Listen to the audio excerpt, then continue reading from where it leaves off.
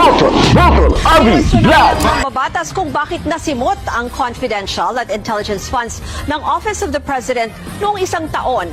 Pero hindi naman daw nagagamit lahat ng regular budget ng opisina. Sumalang sa plenary debates ang panukalang 27 billion pesos na budget ng Office of the President para sa 2026. Pinuna ni ACT Teachers Party List Representative Antonio Tino ang paggasta sa confidential at intelligence funds ng OP. Lumalabas na 1.1 billion pesos pala ang disbursement kada quarter sa CIF at ang utilization rate 100%. Ni isang kusing ay walang natitira po no sa cash disbursements, no? Every single peso is spent.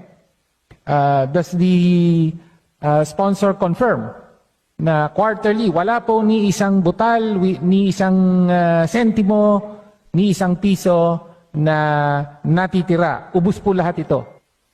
Mr. Speaker, Honorable Colleague, tama po yun. Efficient po ang pag-utilize ng Office of the President ng pondong ito. 4.5 billion pesos ang hinihinging CIF ng OP. Kasunod nito, tinanong ni Tino kung ganito rin ba ang siste sa regular na budget ng OP. Dito lumabas na 78% lang ang nagagamit sa naturang pondo. Kaya tanong ni Tino, bakit Botol, Abi, Vlad.